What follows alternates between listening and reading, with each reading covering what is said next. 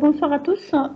Aujourd'hui, donc, on va essayer de discuter qu'est-ce qu'on doit faire pour prendre en charge les hémorragies digestives. En fait, les hémorragies digestives qui sont une des plus importantes urgences de notre pratique. Ça nécessite une prise en charge qui est très importante, très rapide et qui nécessite donc d'avoir quelques réflexes qu'on va essayer de discuter rapidement aujourd'hui. Je vous propose, comme je disais à mes collègues, que vous posez des questions à la fin de mon topo. N'hésitez pas donc à les écrire ou à les envoyer parce que voilà, c'est un sujet qui est très vaste, donc je vais essayer d'être bref sur certaines items, mais après, vous n'hésitez pas à me reposer des questions pour comprendre au mieux. Donc, les hémorragies digestives sont responsables d'une mortalité qui est non négligeable, entre 3 et 14%, et surtout pour des patients qui ont des comorbidités et des patients qui sont âgés. Maintenant, donc, cette mortalité est beaucoup diminuée avec le développement très important de techniques d'hémostase endoscopique, mais elle est quand même non négligeable pour notre pratique. C'est pour cette raison-là qu'il faut bien comprendre comment il faut reconnaître et comment il faut prendre en charge cette hémorragie digestive. En général, les facteurs de risque, c'est l'âge et les traitements. Donc l'âge, parce qu'il y a des comorbidités, plus qu'on est âgé, plus qu'on peut avoir des facteurs de risque, et plus qu'on a des traitements médicamenteux et pas n'importe lesquels. Et quand il y a des associations des deux, donc on va avoir plus de risque de faire une hémorragie digestive. Quels sont les facteurs de risque? Il y en a certains que vous connaissez très très bien. Donc premièrement, c'est des antiagrégants plaquettaires.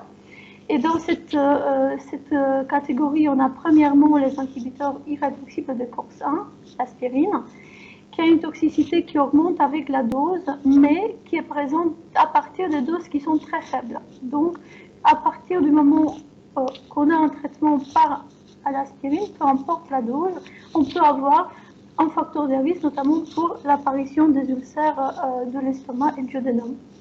Les inhibiteurs réversibles de COX-1, les anti-inflammatoires non stéroïdiennes, ils ont une action anti-agrégant plaquettaire qui est pareil, un facteur de risque à partir de doses très faibles.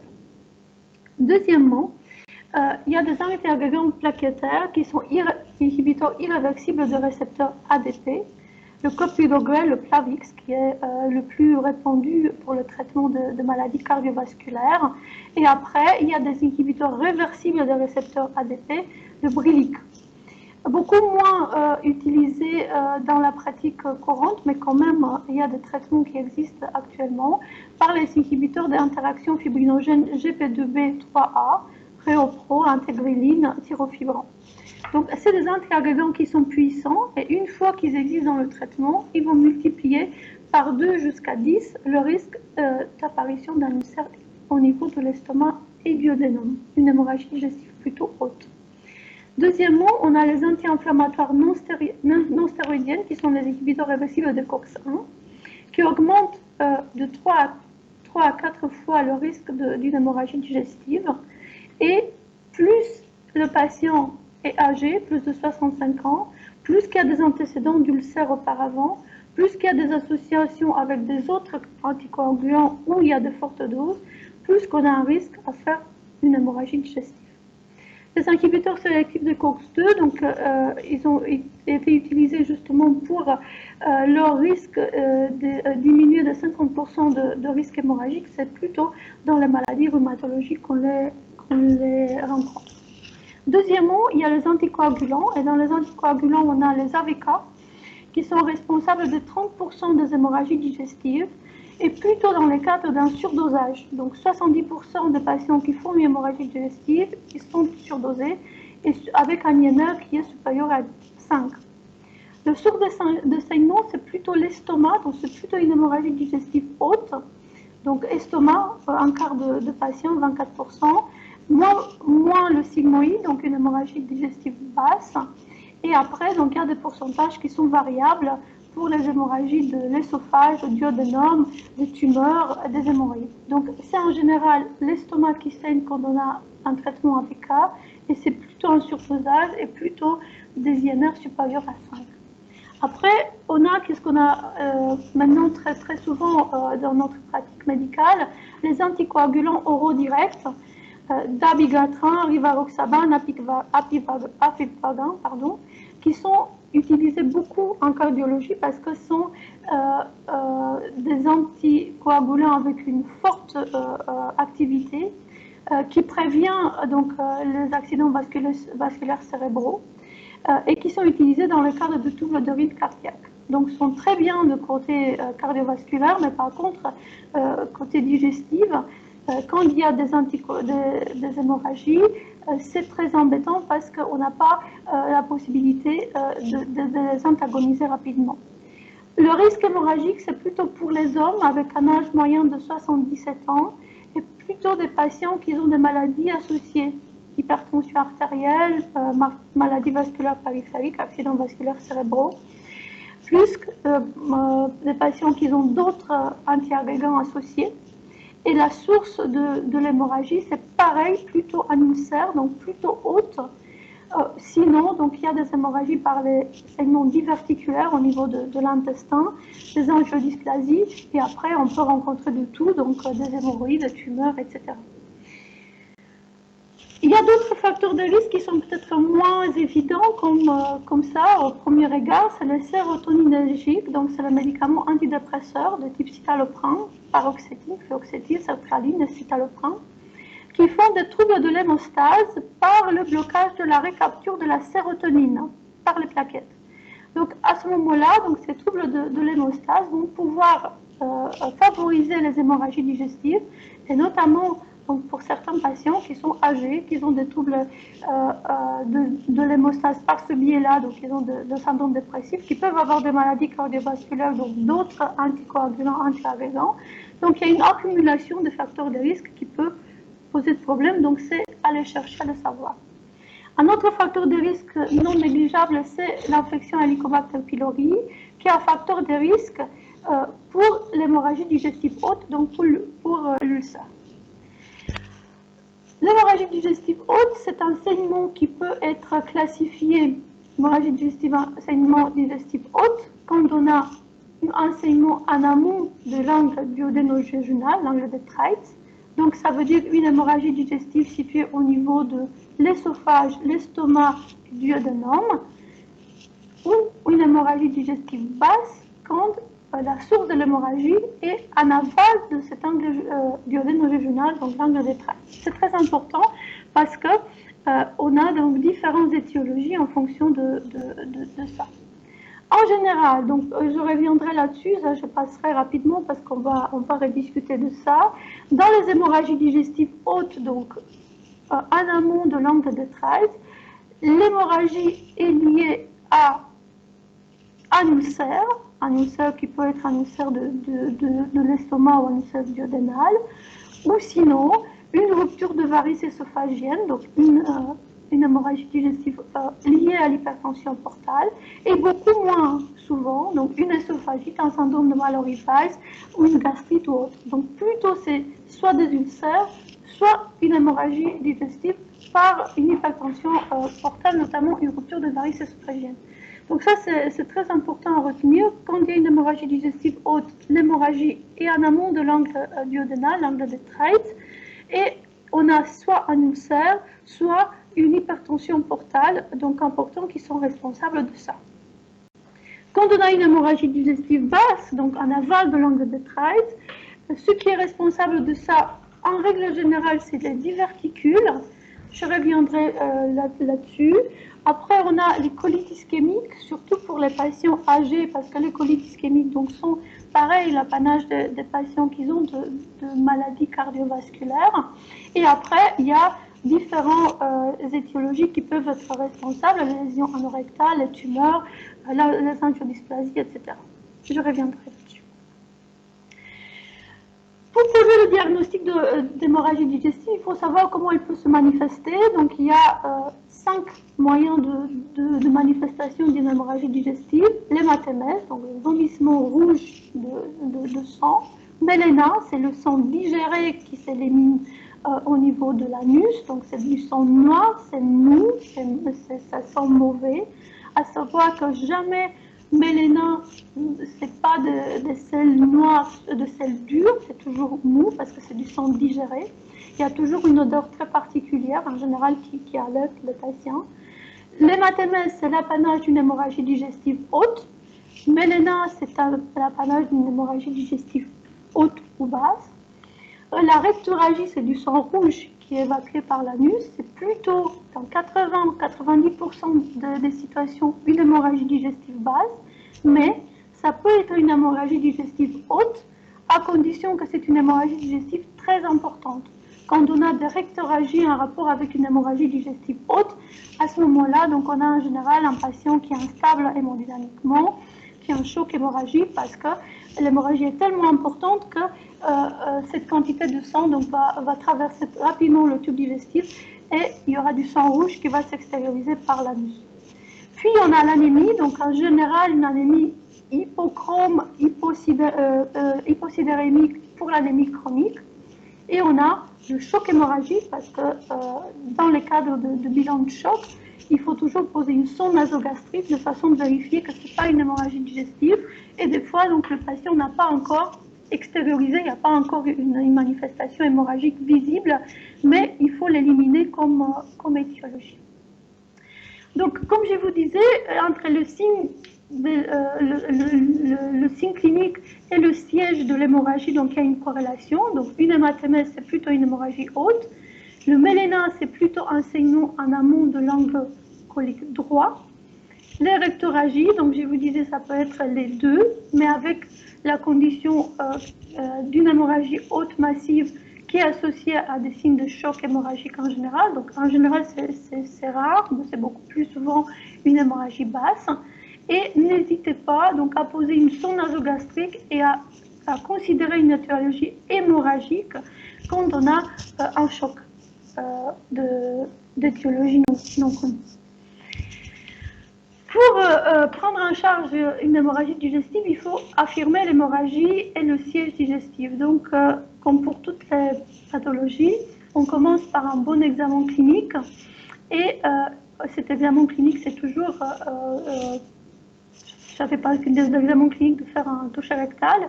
Et au toucher rectal, donc on peut avoir déjà le diagnostic, parce qu'on peut mettre en évidence une tumeur de la marge anale, on peut avoir les hémorroïdes, comme le diapositive de gauche. On peut avoir donc les lésions qui sont des lésions de la marge anale qui sont en lien avec des maladies inflammatoires de l'intestin. On peut avoir des ulcérations, comme des maladies inflammatoires intestinales, ou des fois, avec un bon interrogatoire avant, on peut mettre une ulcération thermométrique, donc les patients qui se prennent la température par la voie rectale. C'est rare, mais c'est pas non plus très très inhabituel. Et si on a un bon interrogatoire, un bon examen clinique, le toucher rectal et l'examen de la marge anale, on peut avoir le diagnostic de l'ulcération thermométrique à l'examen clinique. Deuxièmement, donc il faut toujours essayer de mettre en évidence, de voir par nous-mêmes qu'est-ce que le patient nous raconte comme extériorisation, donc le sang rouge, le méléna, et à ne pas confondre par exemple le saignement de type méléna avec un saignement qui est d'une couleur à peu près semblable, qui est celui d'une occlusion intestinale. Donc c'est un des diagnostics différentiels. Il faut vérifier l'hémorragie digestive, l'origine digestive de cet saignement. La sonde nasogastrique donc, peut nous dire si le sang vient vraiment de l'estomac.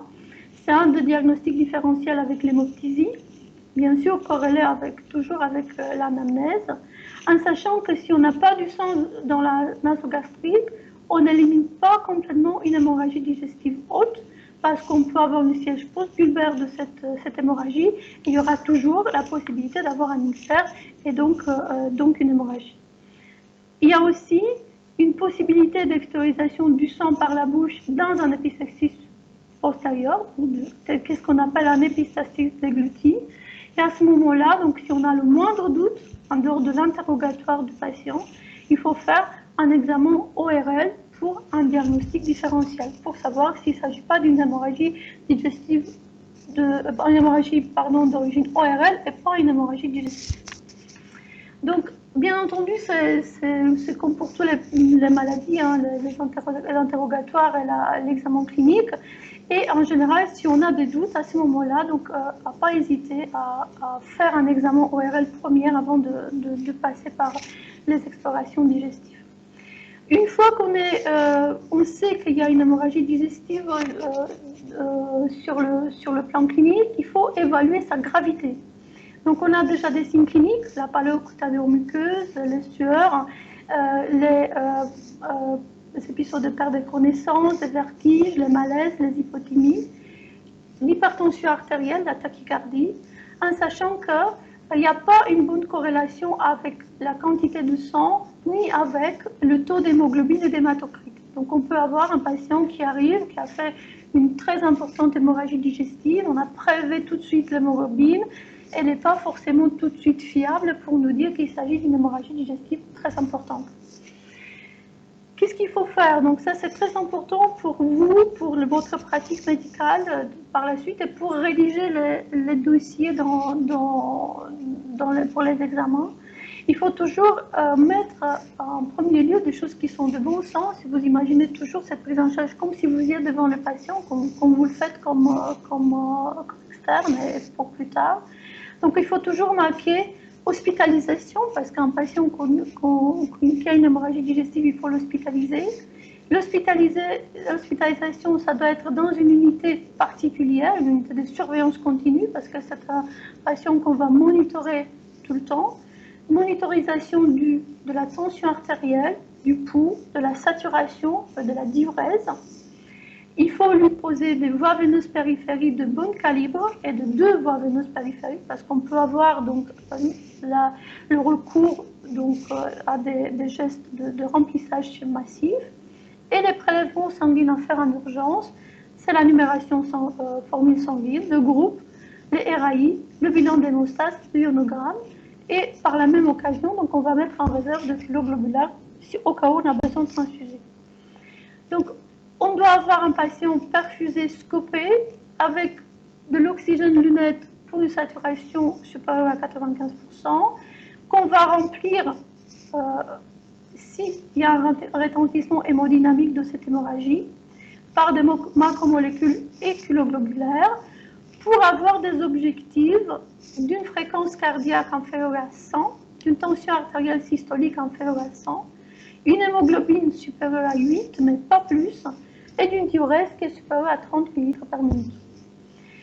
Pour rechercher l'étiologie de cette hémorragie digestive, on a déjà l'interrogatoire du patient, s'il est en état de le faire, ou l'interrogatoire donc des proches, ou l'étude de ce dossier, des documents médicaux, les antécédents personnels d'ulcères, les maladies cardiovasculaires, très important, les antécédents de maladies du foie, de cirrhose hépatique. Et très important, donc si y a un antécédent de cirrhose, c'est relativement facile, on va y penser à une hémorragie digestive liée à une hypertension portale, mais des fois, la rupture de varices œsophagiennes peut être la première manifestation d'une maladie chronique du foie. Donc il faut chercher les facteurs de risque de cette hypertension portale, la consommation d'alcool, supérieure à 20 grammes pour les femmes par jour, supérieure à 30 grammes pour les hommes par jour, et une consommation quotidienne. Les éléments qui regroupent le syndrome de NASH, les infections virales, les infections B et C, les facteurs de risque de cette cirrhose hépatique et surtout les stigmates d'insuffisance hépatocellulaire et d'hypertension portale à l'examen clinique. Donc il ne faut pas oublier que la cirrhose peut se manifester premièrement par ce biais-là. Deuxièmement, les antécédents de vomissements répétés qui sont en général, donc, qui peuvent être liés à une hémorragie par un syndrome de Mallory-Weiss, les troubles de transit et l'association diarrhée-douleur rectorragie, qui en général est un signe d'une colite ischémique, donc c'est plutôt patients âgés avec des maladies cardiovasculaires dans les antécédents, qui présentent de douleurs abdominales, de troubles de transit, puis une diarrhée, puis de rectorragie. En général, c'est quasiment pathognomonique d'une colite ischémique.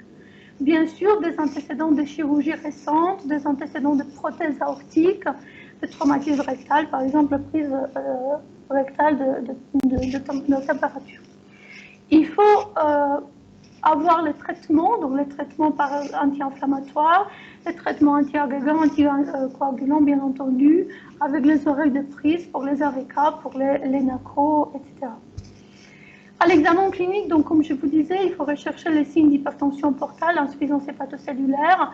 Il faut faire le toucher rectal parce que le toucher rectal peut nous poser le diagnostic d'une tumeur rectale par la mise en évidence d'une masse tumorale. On peut avoir le diagnostic des hémorroïdes. On peut mettre en évidence donc, le méléna ou les rectorragies. Et bien entendu, c'est un examen clinique général avec un examen cardio-pulmonaire classique. Déjà, on peut avoir une orientation diagnostique après tout ça, donc l'anamnèse, l'examen clinique, le bilan biologique, et on va commencer le traitement. Donc le traitement qui est premièrement donc stabiliser le patient, le remplir pour le stabiliser du point de vue hémodynamique. Donc comme je vous disais, l'hémoglobine, l'objectif de l'hémoglobine doit être à 7-8, pas plus, avec une pression artérielle moyenne à 65 et une transfusion globulaire qui est pareille dans les objectifs d'hémoglobine qui ne dépassent pas 7-8 grammes d'hémoglobine. Il faut toujours faire une correction des troubles de l'hémostase. Donc, si on a des patients qui arrivent avec un INR10, ne serait-ce que contrôler ces troubles de l'hémostase, de les corriger, ça va pouvoir faciliter donc l'arrêt de l'hémorragie et les traitements qu'on va faire par la suite. Pour le traitement spécifique, donc pour les ulcères, c'est l'inhibiteur à pompe à protons qu'on va débuter très rapidement à raison de 8 mg/h, donc 200 mg sur 24 heures à la seringue électrique. Et s'il s'ajoute de suspicion d'une hypertension portale, c'est les traitements vasoactifs, donc l'octréotide de la terlipressine, l'octréotide qui est un dérivé de somatostatine, la terlipressine d'un dérivé de vasopressine. 600 microgrammes de l'octréotide, par exemple, sur 24 heures, pareil, à la seringue électrique, on va débuter en même temps que l'inhibiteur de pompe de protons, en attendant le geste d'endoscopie digestive qui suit. Et pour les patients qui ont une hypertension portale, il va falloir faire une antibioprophylaxie pour prévenir l'infection à BG-. Parce que dans cette situation-là, il y a une pullulation bactérienne très importante, une augmentation de la perméabilité au niveau du tube digestif par le biais de cette hémorragie, et donc on a une émergence importante des infections avec des septicémies à BG- qu'on va prévenir par soit un traitement par norfloxacine, soit un traitement par ceftriaxone. Deuxièmement, donc deuxième volet, avant de demander l'endoscopie digestive, donc de faire le geste de traitement, de diagnostic et de traitement suivant, c'est vider l'estomac avant la fibroscopie. Et le meilleur moyen de le faire, c'est une perfusion de l'érythromycine qu'on va faire 250 mg de l'érythromycine une demi-heure avant le geste endoscopique. Il y a une seule contre-indication à cette perfusion de l'érythromycine, c'est le syndrome de Cutellon. Quand on va privilégier le lavage de l'estomac, c'est vraiment très rare, mais il faut bien connaître ça. Donc, dans le cadre de la prise en charge, il faut faire un ECG, il faut voir si le patient n'a pas un Cutellon, s'il n'a pas des antécédents de Cutellon, bien entendu, et il faut faire le vidange de l'estomac. Une fois qu'on a tout ça, le premier examen complémentaire qu'il faut demander, c'est l'endoscopie digestive. Et comme gastro-entérologue, donc, je vous demande de faire ça pour toute votre pratique après, une fois que le patient il est stabilisé. Comme je vous disais, ce n'est pas le geste endoscopique qui est mis en premier, donc il arrive après la perfusion de patient, après la stabilisation de celui-là, après la correction de troubles de l'hémostase, et après avoir mis en place la perfusion des IPP à la seringue électrique, plus ou moins les traitements pour une hypertension portale. Parce que sinon, les gestes endoscopiques que nous, on peut faire après, ne sont pas assez efficaces. Le premier traitement, celui qui agit en premier pour l'ulcère de l'estomac, l'ulcère duodénal, c'est l'inhibiteur de pompe à protons. Donc du moment de démarrage de cette pousse langue électrique, vous faites le traitement de ce patient et nous on y arrive après. Et l'endoscopie digestive haute peut permettre donc de mettre en évidence l'ulcère et de faire le traitement de celui-là. Et en fait, quand on met en évidence un ulcère de l'estomac duodénum, donc on a une classification endoscopique avec, il s'appelle la classification de Forest, qui passe d'un stade 1A, quand on a un saignement en jet, un saignement très important, en B qui est le saignement en nappe, pour passer dans les stades 2 à des hémorragies, donc vaisseaux visibles ou caillots adhérents, où l'hémorragie est pour l'instant arrêtée, mais il y a un risque très important d'hémorragie par la suite. Dans les stades 2C et 3, c'est des saignements qui sont arrêtés. Donc ça, c'est les stades de ulcère qu'on peut avoir, et en fonction de stade de l'hémorragie, de l'étendue de l'ulcère et de la région où cette lésion est placée, on va choisir comme endoscopiste le traitement endoscopique approprié. On commence toujours par une injection d'adrénaline, donc on va faire une injection sous-muqueuse de l'adrénaline qui va faire une vasoconstriction locale et qui va déjà pouvoir arrêter temporairement le saignement, et en tout cas qui va nous permettre de faire le deuxième geste hémostatique qui peut être soit une électrocoagulation à la sonde bipolaire, donc directement, donc on va coaguler les vaisseaux ou la zone ulcéreuse où il y a le saignement. On peut avoir recours à un traitement par électrocoagulation à la sonde de Lagon. Donc à ce moment-là, il n'y a pas de contact entre l'électrode et la zone de saignement.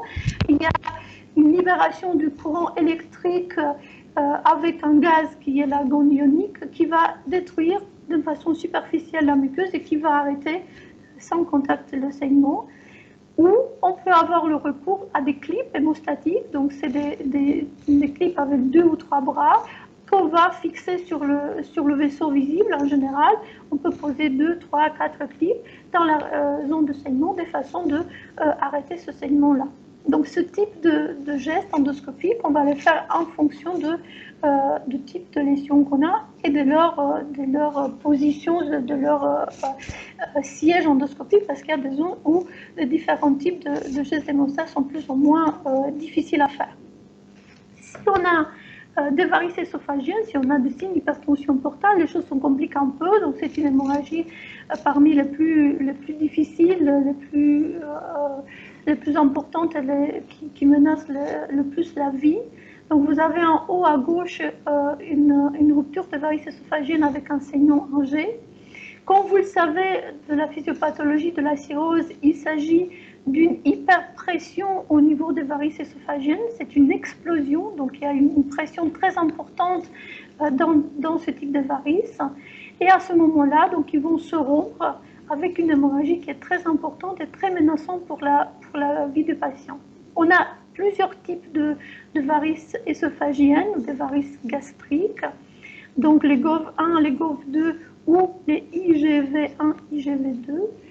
Très important, pourquoi? Parce que dans les GOV1, donc dans les varices ésophagiennes classiques, le traitement, il est la ligature de ces varices ésophagiennes. Donc vous voyez sur ce diapositive en bas à droite le kit de ligature. Donc en fait, on va aspirer la varice ésophagienne qui saigne et on va mettre autour des ligatures, donc plusieurs en fonction de l'étendue de varices ésophagiennes, de façon que cette hémorragie digestive s'arrête. Les kits de ligature ésophagienne donc, sont de 6 ligatures et en général avec 6 élastiques, donc on va pouvoir traiter et arrêter l'hémorragie digestive. Vous imaginez bien que des fois, ce n'est pas du tout évident de trouver et de mettre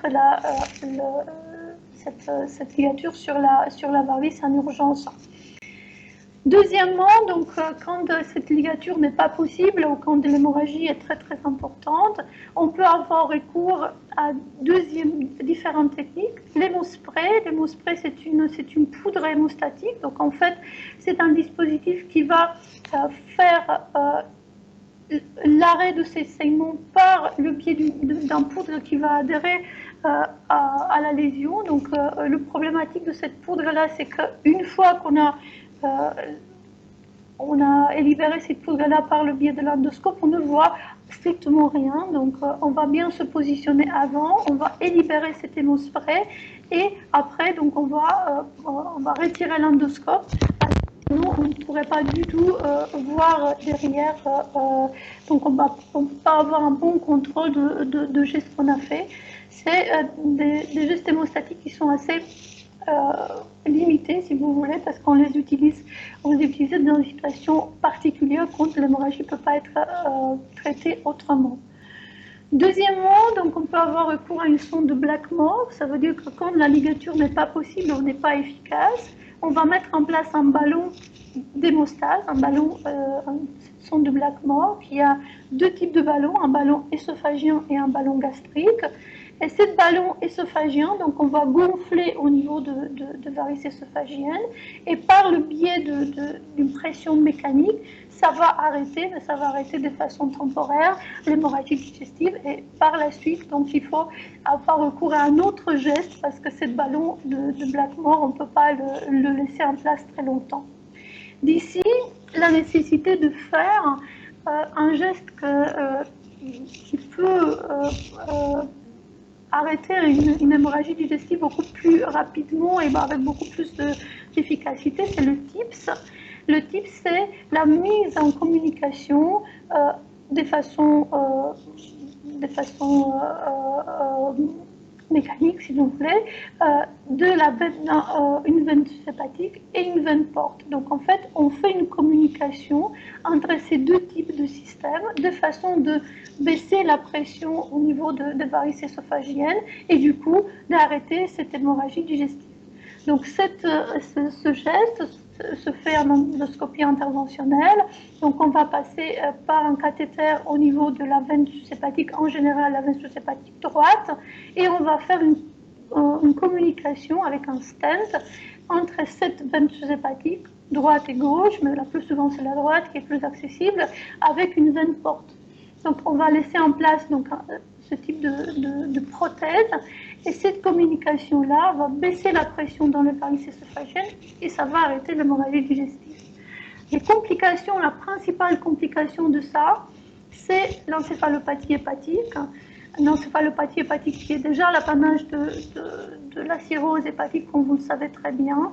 Et en général, une fois qu'on a posé le TIPS, il faut discuter pour le patient pour lequel on a posé un TIPS l'indication d'une transplantation hépatique parce que des fois, les épisodes d'encéphalopathie hépatique suite au TIPS sont très très importantes. On a deux types de TIPS, c'est le type de sauvetage, donc le geste qu'on fait en urgence pour arrêter une hémorragie digestive. Et de plus en plus, on discute qu'est-ce qu'on appelle l'early TIPS, donc la prise en charge très précoce par le TIPS d'une hémorragie digestive, qui permet justement de ne pas arriver à des gestes de ligature qui ne sont plus efficaces, de ne pas avoir recours à des sondes de Blackmore qui ne sont pas non plus efficaces sur le long terme. Mais le problème de cette geste, c'est que ça appartient à des équipes qui sont formées, à des équipes qui posent TIPS. Donc il y en a quelques-unes en France, mais il n'y a pas dans tous les hôpitaux, il n'y a largement pas dans toutes les régions. Donc on ne peut pas avoir le recours par le manque de moyens et de personnes qui sont formées pour. Mais d'une façon, si vous voulez, théorique, une fois que la ligature de varices œsophagiennes n'est pas efficace ou elle n'est pas suffisante, à ce moment-là, il faut passer directement au TIPS à condition que cette technique nous est accessible. Quand on a des varices gastriques, on fait des ligatures, comme je vous avais dit, mais quand on a des varices gastriques, donc c'est ce type-là, des varices de IgF1, on va faire un encollage. Donc on va injecter par le biais de notre endoscope de la colle, donc de la colle qui va bloquer, ce flux sanguin et qui va arrêter le saignement. Donc c'est important au niveau de l'endoscopie de bien faire la rétrovision au niveau de l'estomac pour ne pas manquer des hémorragies digestives à rupture de varices gastriques. C'est une des hémorragies qui est plus rare, beaucoup plus rare que la varice œsophagienne, mais qui est vraiment très très importante. Et encore une fois, c'est une maîtrise de ce geste de encollage de varice gastrique que le médecin gastro-entérologue doit avoir. L'endoscopie digestive basse, c'est l'examen de rectum et du sigmoïde. En général, elle est un petit peu moins efficace parce qu'en général, en urgence, le rectum et le sigmoïde ne sont pas préparés. Il faut toujours faire un lavement, il faut toujours le faire quand il y a des saignements. Mais pour explorer le côlon, l'intestin, donc il faut que le malade soit préparé. Mais on fait toujours en urgence une endoscopie basse, même a priori si on n'a pas le choix sans préparation, en sachant qu'on peut laver par le biais de notre endoscope, mais encore une fois, la mise en évidence des lésions et le traitement, il est un petit peu plus délicat parce qu'il n'y a pas la préparation. On peut avoir recours à un scanner abdominal en urgence, un angioscanner, quand il y a des hémorragies digestives sévères, et qui peut nous mettre en évidence un saignement diverticulaire, qui peut nous mettre en évidence l'étendue du colite ischémique. Et ce scanner abdominal avec un bon temps artériel remplace de plus en plus l'ancien examen de l'artériographie. En fonction de l'étiologie, donc les traitements sont, comme je vous avais un petit peu évoqué, pour les ulcères, c'est les traitements par inhibiteur de pompe à protons, donc la seringue électrique va avoir un relais oral au bout de 48 heures.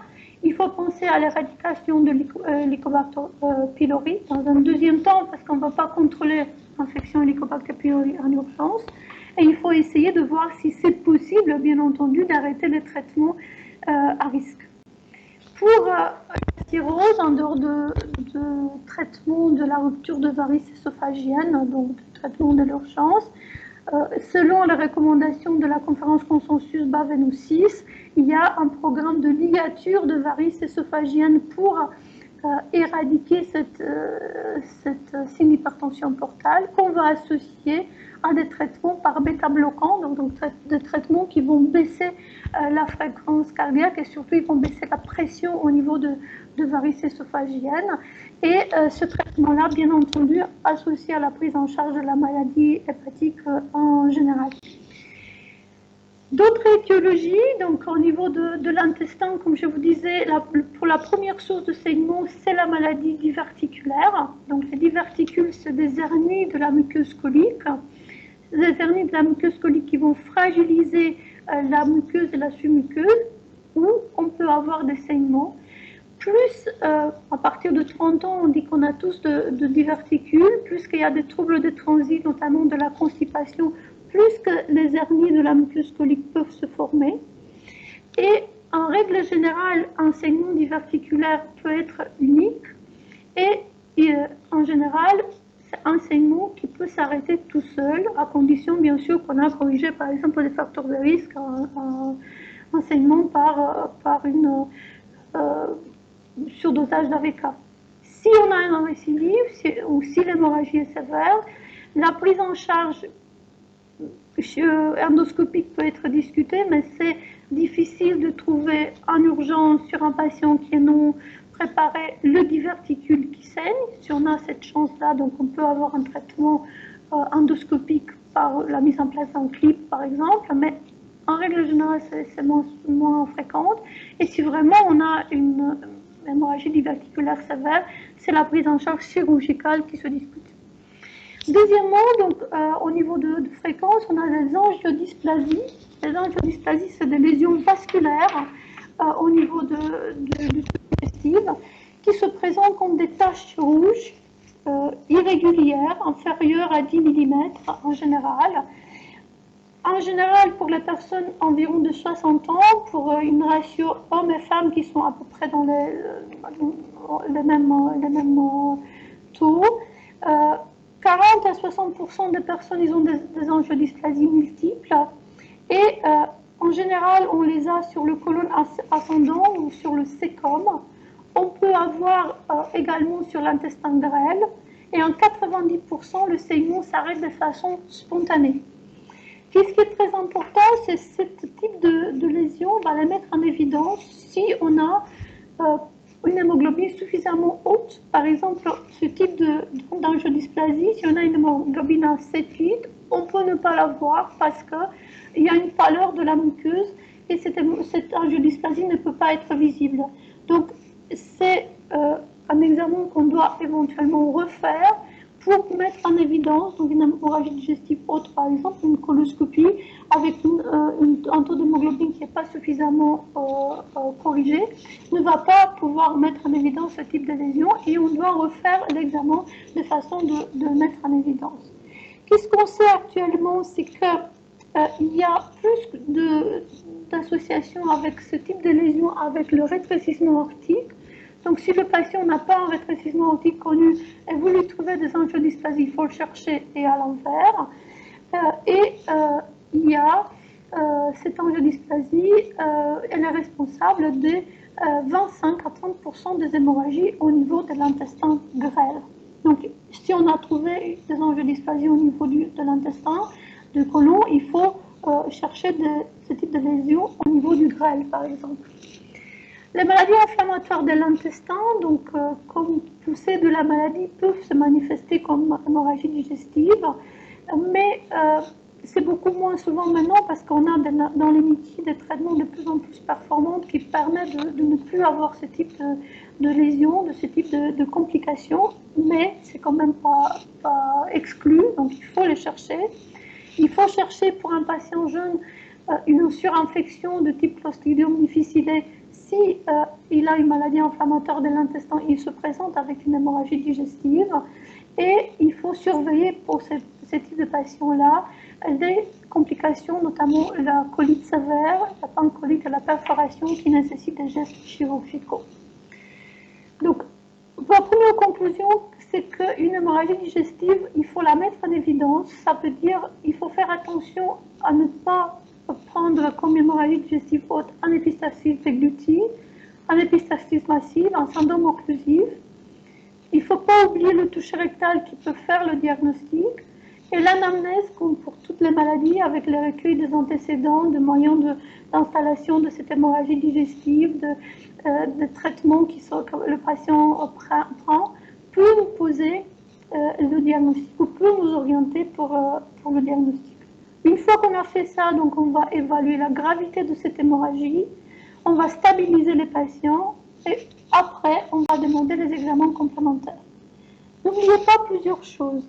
Que les hémorragies digestives hautes, ils ont une incidence de 140 sur 100 000 patients avec un âge médian de 70 ans, prédominante pour les hommes, plutôt par une étiologie liée à un ulcère, deuxièmement par une rupture de varices œsophagienne ou de signes d'hypertension portale en général, moins souvent par des lésions de type œsophagite, syndrome de Mallory-Weiss, gastrite, etc.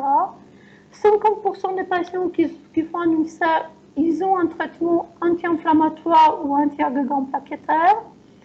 L'infection de l'Helicobacter pylori, c'est à rechercher parce que c'est un facteur de risque pour un ulcère gastrique. Et si il y a un traitement anti-agrégant, il faut quand même chercher l'infection à Helicobacter pylori.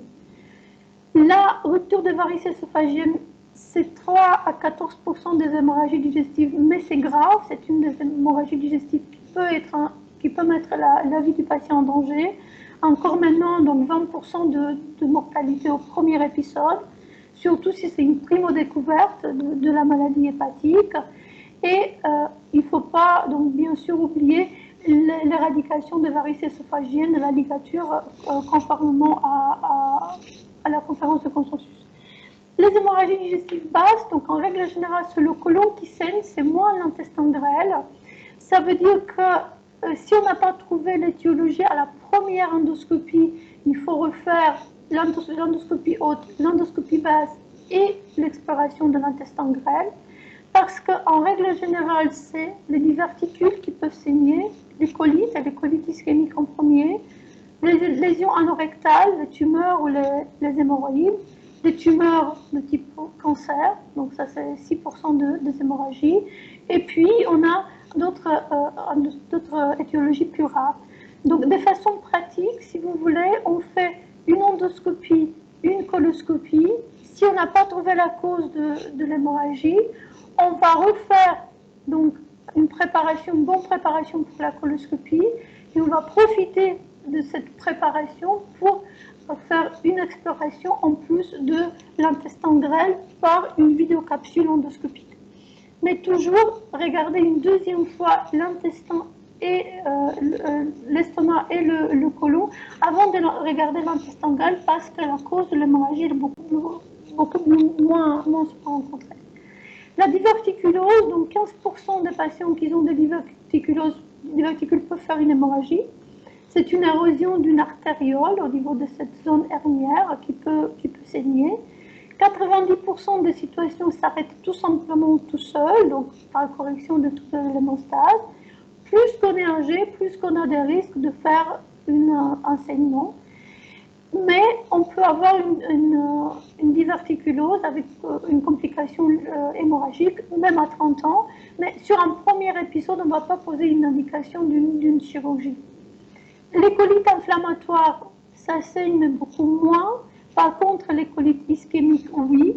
Et au niveau de colite ischémique, donc on a une classification endoscopique de lésions. Donc la colite ischémique de stade 1 que vous avez ici, c'est des lésions pétéchiales au niveau du tube digestif. Donc c'est le stade 1, c'est le stade qui n'est pas très important, donc pas très sévère.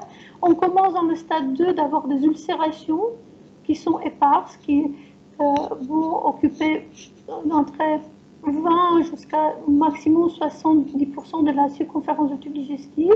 Et par contre, dans le stade 3, donc on a le stade prénécrotique. Et ça, c'est la situation dans laquelle le risque de perforation il est très important. Donc il faut connaître l'étendue de lésion des colites ischémiques. Il faut faire attention à un risque qui est très important, celui de la perforation. La prise en charge n'est plus endoscopique, c'est une prise en charge qui est plutôt chirurgicale à discuter. Donc la colite ischémique touche beaucoup plus donc, le côlon ascendant et le côlon gauche, et plus l'angle gauche du côlon, 60%. Donc il y a le point de Griffin, donc qui est un point de faiblesse, si je peux dire ça comme ça, au niveau de la vascularisation du côlon, où on a beaucoup plus souvent de lésions.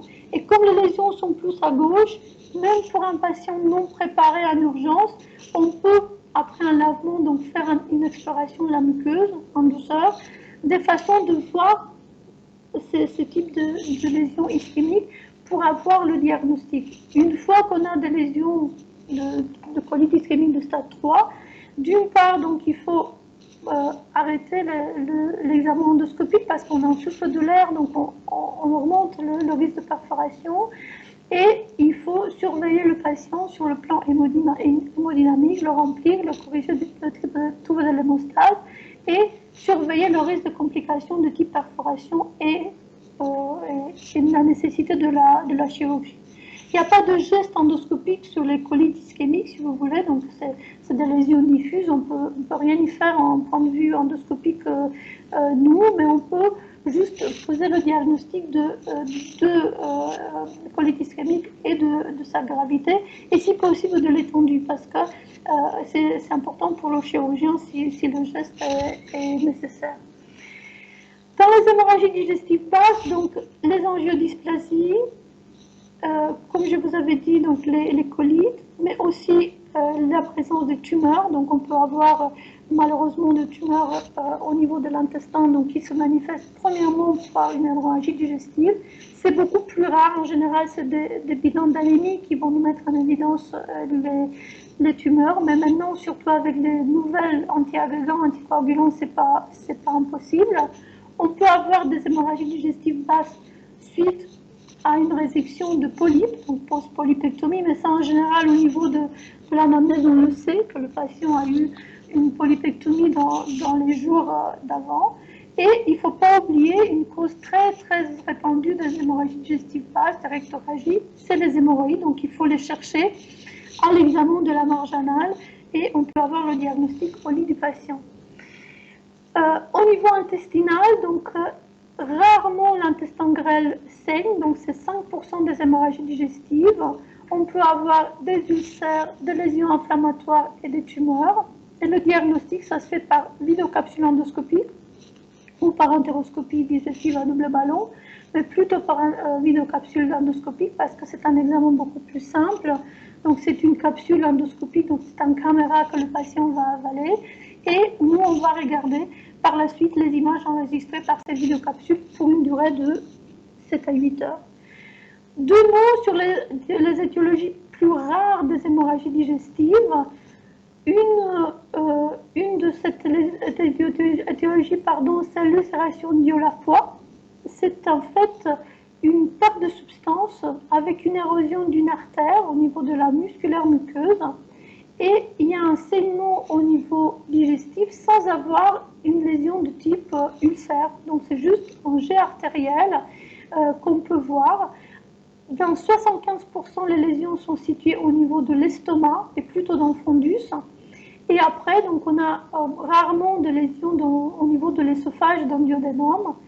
C'est peu, donc sur 2% des hémorragies digestives, mais c'est très embêtant parce que c'est une ulcération due à la foie, donc ça saigne, ça s'arrête. Donc on peut, si on a de la chance de faire l'examen pendant le saignement actif, on met en évidence et on peut traiter plutôt par clip parce que c'est une artériole qu'on va essayer de clipper de façon mécanique. Mais bien entendu, si on arrive à faire l'endoscopie après, on peut ne pas la mettre en évidence.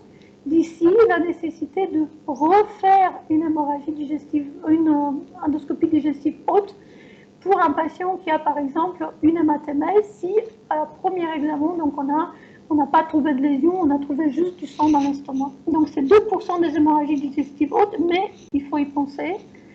Deuxièmement, 5-8% des hémorragies digestives hautes sont liées à une déchirure au niveau de la zone de jonction entre la muqueuse de l'œsophage et de l'estomac, donc par des efforts de vomissement répétés. Donc il y a en général donc, une déchirure linéaire de ce type-là, qu'on va voir à partir de la zone de jonction en amont. Donc c'est des saignements qui surviennent pour les hommes en général de l'âge moyen. Il y a une ulcération en général unique et linéaire de cette jonction œsogastrique et elle peut être responsable d'une hémorragie active avec un saignement qui peut être en jet ou un suintement diffus. Et on peut avoir recours, premièrement, toujours au traitement par IPP, plus ou moins un traitement endoscopique par ligature, par clip, etc., en fonction du siège et l'étendue de la lésion. En général, c'est des lésions uniques, et une fois le traitement effectué, donc il n'y a pas de récidive de cette hémorragie. Une autre cause d'hémorragie digestive rare, donc il y en a beaucoup, mais je vous avais cité quelques-unes, c'est les ectasies vasculaires antrales, parce que les ectasies vasculaires antrales, c'est ce qu'on appelle l'estomac pastèque, donc on peut les avoir avec cirrhose ou sans cirrhose. Donc pour les patients qui sont sans cirrhose, en général, c'est des femmes qui ont des pathologies auto-immunes, 70% des cas. Donc c'est un aspect radiaire, donc comme vous voyez dans cette diapo-là, qui sont convergents vers le pylore. Il n'y a pas de cirrhose, c'est une femme jeune qui vient pour une pathologie, diagnostic de pathologie auto-immune, qui peut avoir une anémie et chez qui on découvre cet aspect-là. Ils sont responsables d'une hémorragie chronique, d'une anémie chronique ou des saignements répétés. Le traitement, c'est des séances de plasma agon, donc c'est le traitement duquel je vous avais parlé, et c'est des séances de coagulation de plasma agon qui se font de façon répétée, complétées avec des transfusions de sang et des perfusions de fer pour maintenir un taux d'hémoglobine qui est correct. Et on peut avoir le recours à des traitements par dérivés de sandostatine si on a des hémorragies qui sont importantes où les gestes des hémostats ne sont pas bien tolérés, on ne peut pas faire des séances de coagulation plasma agon de façon répétée. Et on a 30% des situations où ces ectasies vasculaires antrales sont associées à une cirrhose. Et à ce moment-là, donc, il faut faire des séances de coagulation plasma agon. c'est un petit peu plus embêtant, si vous voulez, parce que c'est des patients qui ont des signes d'hypertension portale, qui peuvent avoir une gastropathie d'hypertension portale associée. Donc, au niveau du geste endoscopique, on est un petit peu plus prudent de faire de coagulation. Et à ce moment-là, donc, c'est plus des séances de coagulation qui sont un petit peu plus espacées, où on va privilégier d'autres traitements pour remonter l'hémoglobine de ces patients-là. Rarement, donc pour les téléinjecties digestives, on peut avoir un diagnostic de maladie Rondier-Osler où on a un traitement endoscopique pareil, donc comme pour les angiodysplasies, donc coagulation à la place Margon, mais on a un petit peu moins d'efficacité et un petit peu plus de risque de perforation au niveau du tube digestif. Rarement, donc, on peut avoir des saignements au niveau du wirsung, des wirsungoralgies, 80% en général par une affection pancréatique de type pancréatique chronique ou tumorale, ou une pancréatite aiguë, ou un geste endoscopique sur les voies biliaires. Donc, en général, c'est un geste endoscopique sur les voies biliaires, on connaît le fait que le patient ait eu ça, et très très rarement, donc, s'il y a une tumeur qui se manifeste de ce type-là. Donc l'hémorragie est vraiment très importante. En général, les patients sont en choc hémorragique et le diagnostic se fait plutôt par le biais d'une imagerie de type scanner abdominal qui nous met en évidence à la fois la tumeur et le saignement. L'hémobilie, donc, qui est plus souvent rencontrée dans les situations traumatiques. Donc on a en général le traumatisme avant, c'est post-chirurgical, un traumatisme hépatique, une ponction hépatique, un drainage, un geste de radiofréquence. Rarement, c'est des hémobilies qui sont spontanées par des tumeurs de la vésicule biliaire, du foie, du pancréas, des anévrismes, des artères hépatiques. Une maladie de Rondier-Osler, c'est vraiment des maladies qui sont très rares. Et une étiologie très rare, mais si on l'a vu une fois dans notre vie, on s'en souvient, c'est les fistules aortodigestives. En fait, c'est 0,3% des hémorragies digestives hautes, mais ils sont extrêmement sévères parce qu'en fait, il s'agit d'une fistule entre l'aorte et la prothèse vasculaire. Et si on connaît par les antécédents du patient le fait qu'il a eu une prothèse vasculaire récemment, pas forcément récemment, mais qu'il a une prothèse vasculaire et qu'il a une hémorragie digestive extériorisée, il faut y penser parce que la prise en charge de ce type de fistule aortodigestives doit être rapide, chirurgicale, parce que sinon la vie de patient est en danger. Dans ma pratique, je n'ai vu une seule fois et je me souviendrai, je peux vous dire, toute ma vie, parce qu'en fait, j'ai fait l'endoscopie digestive de ce patient-là et au niveau de son duodénum, donc on voyait une masse tumorale qui pulsait en fait avec les battements du cœur, donc c'était l'aorte en fait, et il y avait une fistule de cette prothèse au niveau du duodénum, et entre le moment de la mise en évidence de cette lésion et la descente au bloc opératoire et la prise en charge du patient dans un CHU, donc ça se passait environ, je ne sais pas, un quart d'heure peut-être, donc vraiment très très rapide. Et même avec ça, le patient, donc il était en choc hémorragique et sa vie était en danger. Donc il faut y penser. Ça veut dire quoi? Ça veut dire qu'il faut avoir une bonne anamnèse, une bonne étude de dossier, des documents de patient, de savoir et de prévenir l'endoscopiste ou de prévenir les personnes qui prennent en charge de l'existence de cette prothèse vasculaire. Donc, la pathologie tumorale, donc 3-4% des hémorragies digestives hautes, donc en général on met en évidence la tumeur, on met en évidence un ulcère de l'estomac qui macroscopiquement donc, pose problème d'un cancer de l'estomac, on met en évidence une tumeur du côlon. En général, c'est les tumeurs gastriques donc, qui sont responsables des hémorragies digestives, beaucoup moins les tumeurs coliques, ou les métastases gastriques et duodénales, des tumeurs pulmonaires, des tumeurs rénales, des tumeurs de type mélanome. Et une autre étiologie à laquelle il faut y penser au niveau de rarité, c'est les saignements post-traitement radique, par exemple les rectorragies qu'on a pour les radiothérapies post-cancer de la prostate. Donc pareil, l'anamnèse du patient peut nous mettre sur cette piste-là pour les patients qui ont déjà eu ce type de traitement. Voilà ce que je voulais vous dire sur les hémorragies digestives, en sachant que c'est bien sûr un sujet qui est très, très vaste. C'est une prise en charge qui est importante et qui est globale. Je vous écoute je vous réponds sur les questions que vous pouvez avoir. Merci beaucoup, Dr Debrine. Je pense que je vais vous poser les questions, si ça vous va. Comme ça, je les ai sous les yeux et vous pouvez naviguer éventuellement. Oui. Je vois quelques-unes, oui, je vous écoute. Alors, vous les voyez, oui, bien sûr. La première question, c'est Eulalie qui demande « Je comprends qu'on mette une sonde nasogastrique pour les risques d'inhalation dans le choc, mais aucun risque si c'est une hémorragie haute d'aspirer le sang directement. Au niveau du bénéfice-risque, que vaut-il mieux ?»